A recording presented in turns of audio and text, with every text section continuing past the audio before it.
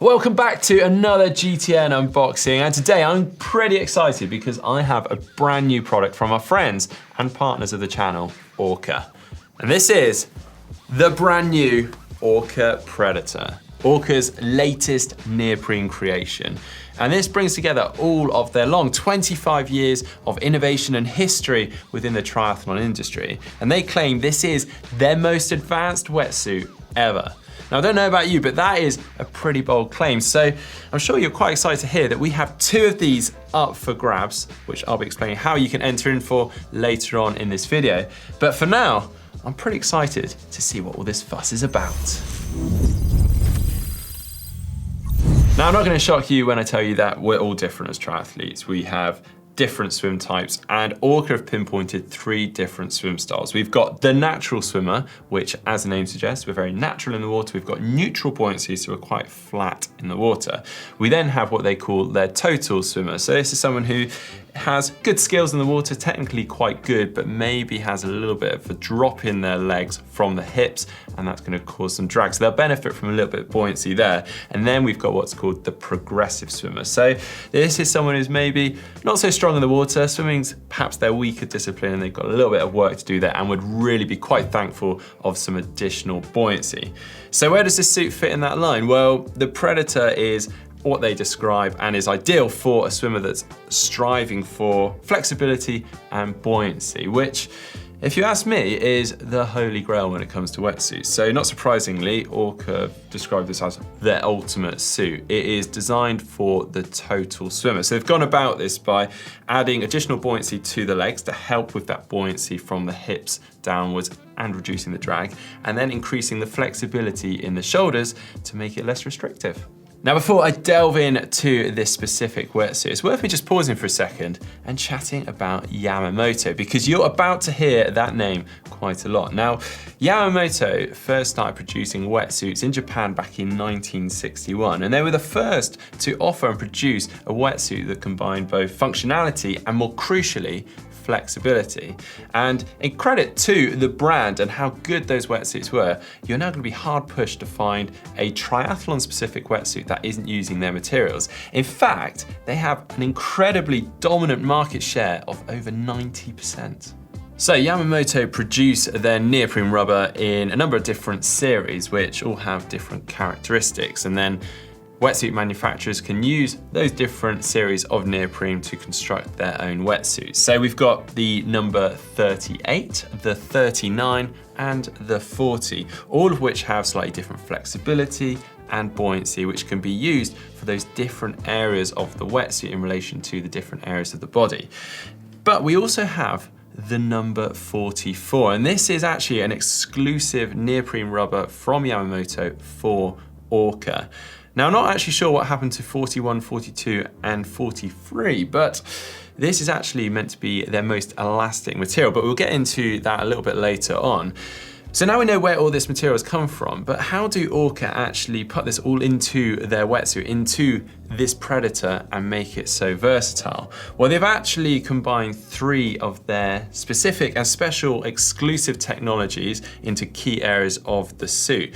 We've got the 0.88 free, the Exo Lift, and that aforementioned number 44. So let's start with the 0.88 free, and that is here in the forearms.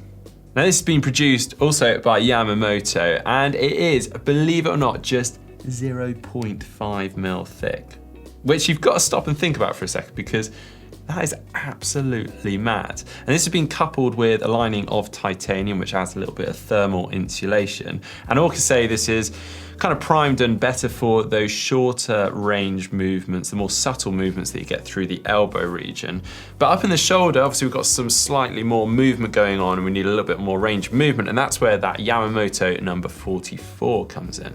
Now, one of the most important parts of a wetsuit is its fit, and that is where the number 44 is so good, because not only is it super flexible, more so than any of the other materials, it also retains a really good level of elasticity, which is absolutely key when we're talking about range of movement through the shoulders, because as you start to tire during a swim, particularly over those longer distance swims like an Ironman, a 3.8K swim, you want to have that flexibility, but also the elasticity in the material.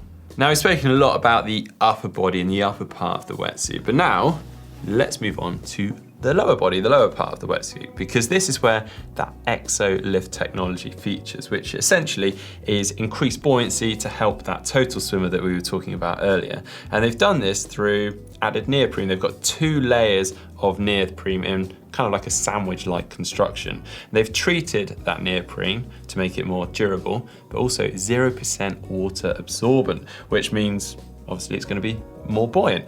They've also got some very exciting technology here, which is called the core lateral stabilizer, which essentially helps the core region, the trunk, to make it a little bit more rigid and prevent any movement or twisting as you're swimming. Now, it's quite clear from the feel of this wetsuit that, particularly in the lower half of the suit, we've got either a 4 or 5 mil neoprene thickness, which, as we were discussing earlier, is going to really help with that buoyancy for the total swimmer.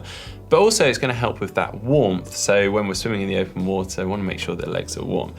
But not only for the total swimmer, it's also going to actually help to save our legs, which is really important in a triathlon because we do want to kick our legs to some degree, but we are going to be using our legs on the bike and the run. So having this little bit of buoyancy allows us to switch those legs off and save some energy. But now let's flip the wetsuit over and take a look at that all-important feature, the zip, because after all, it does allow us to get in and out of the wetsuit very quickly. Now, over the last couple of years, Orca have been working on prototypes to actually reduce the size of the zip. So they've gone from what's called the YKK number 10 down to the YKK number 8. Now, you don't need to really know what those abbreviations stand for, but in short, the zip is shorter, which is interesting, but actually they haven't compromised the functionality of the suit. You can still get in and out of it very well. But what they have been able to do is then reduce the amount of water that might be able to seep into the wetsuit, all whilst actually improving the overall feel of the suit.